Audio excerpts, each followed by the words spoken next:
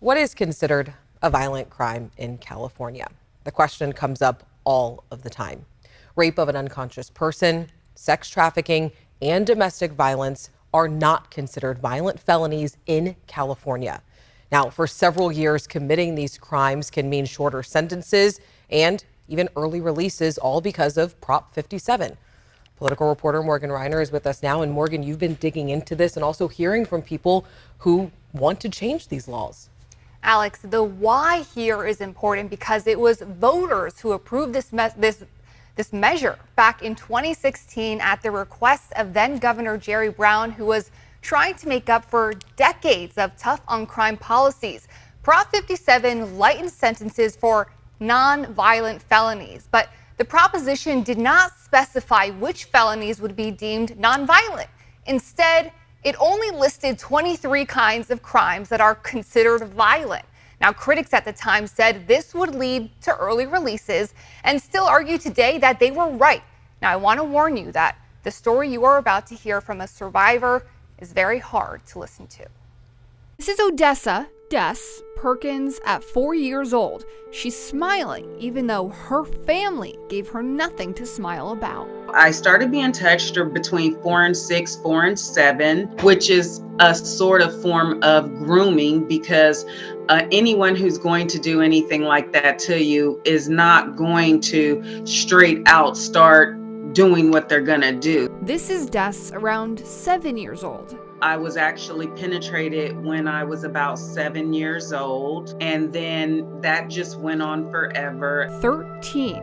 I started being trafficked around high school, about 13 years old, maybe somewhere around in there. I was actually trafficked by my mother. Her mother. She would have me take showers. We would put on perfume and different things like that. Then she would walk me down the street from where we live and have the drug dealers and different things like that pick me up. They would take me to hotels and do whatever it is they wanted me to do. And that wasn't all. My uncle molested me multiple times, and my grandfather molested me, and then a bunch of strange men. Doubting her value in this world, Des ended up in several abusive relationships. I was with my children's father, and he used to take my welfare check, and one time I just refused to give it to him. And so I ran into the bathroom, and he busted the bathroom door open, and I'm standing by the door, and he hit me so hard that I flew back into the bathtub, and just that one hit blacked both my eyes, busted my nose and my lip. Des knew she wanted to help other young kids avoid her fate. I became an at-risk counselor because when I was growing up, no one asked me what was wrong. And wanted to make change. We went to the state capitol to try to turn human trafficking into a violent and serious crime because it's a misdemeanor. And to me, I sat down with all these different senators. She teamed up with Republican Senator Shannon Grove and other bipartisan lawmakers to change the definition. We had several Democrat co-authors, but the individuals, the Democrat senators on the Public Safety Committee, would not allow it to leave that committee. What's the impact if something is not considered a violent felony? Currently in California, it is not considered a violent felony to be convicted of domestic violence, of inflicting a traumatic condition on an intimate partner, unless you inflict great bodily injury or use a weapon.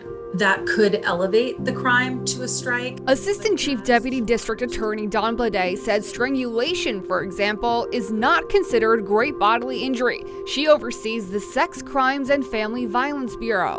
The act of really physically trying to take the breath or the life away of a victim shows a certain kind of mentality of the abuser, and it's usually a predictor of whether that person is going to potentially commit deadly violence against their victim. As a prosecutor, she says her hands are tied. So you're going to get many more credits, 50% credits on your sentence when you are convicted of domestic violence because it's not considered a violent felony.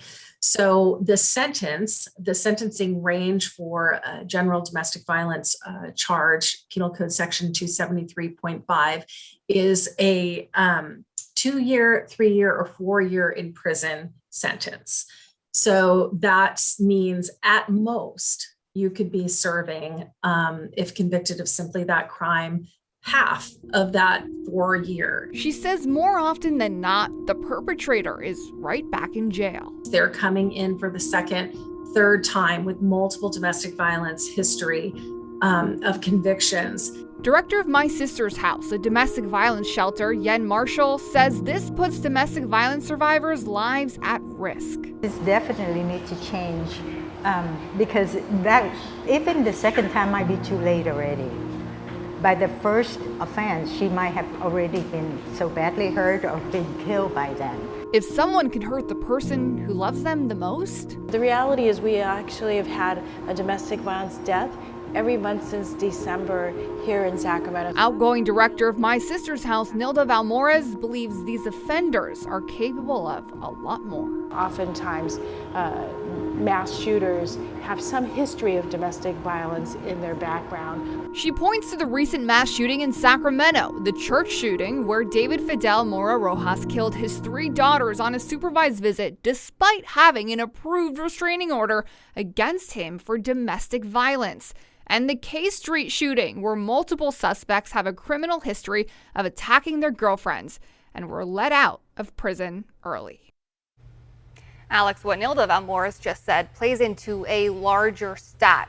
Over 50% of mass shootings in America over the last decade involved someone who has a history of domestic violence or a domestic partner was involved in the mass shooting. Now, Des and the senator told me that they are not going to give up. They're going to do everything they can to continue trying to push this bill through.